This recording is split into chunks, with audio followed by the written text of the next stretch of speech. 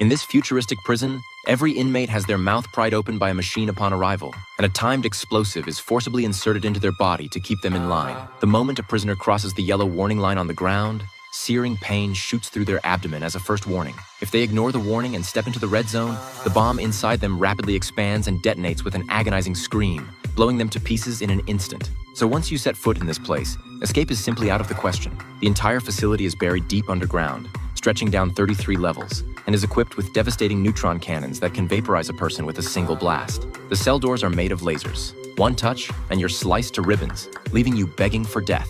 The most terrifying thing of all is the mobile spherical surveillance drones. They monitor everything, even bathroom breaks. And while prisoners sleep, they scan their dreams with lasers. The moment you dream about something you enjoy, the bomb in your gut triggers excruciating pain, jolting you awake. On his very first day, Mike experienced this torture firsthand, and the real nightmare was only just beginning.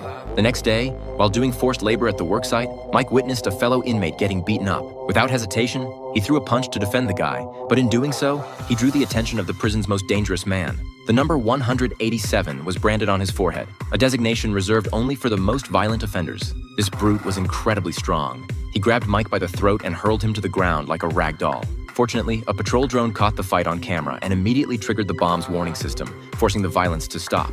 All three men were thrown into laser cells, standing bolt upright, unable to move a muscle. Shortly after, the system began interrogating them about what started the fight. The inmate Mike had defended was too scared of retaliation to say anything. Unable to stand it any longer, Mike took the blame himself, claiming he started the whole thing. In the end, Mike was dragged into the warden's office. The warden despised his heroic meddling and coldly delivered a devastating piece of news. Mike's wife had also been locked up in this very prison.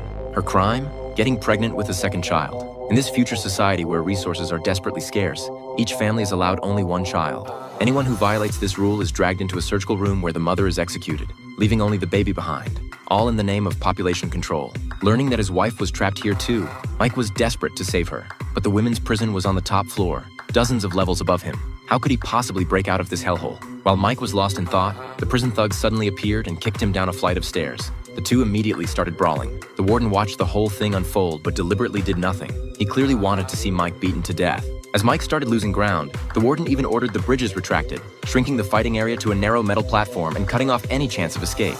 But then something unexpected happened. Mike spotted the thug's weak point and launched a vicious attack on his groin, turning the tide. Seizing the moment, Mike landed a powerful kick that sent the brute tumbling off the edge of the platform. Watching him dangle between life and death, Mike hesitated, unsure whether to save him.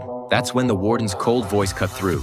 He ordered Mike to finish the man off. The command only sparked Mike's defiance. He reached down and pulled the thug back up. This made the warden lose face completely. Humiliated and furious, he fired up the neutron cannon, aimed it at the thug.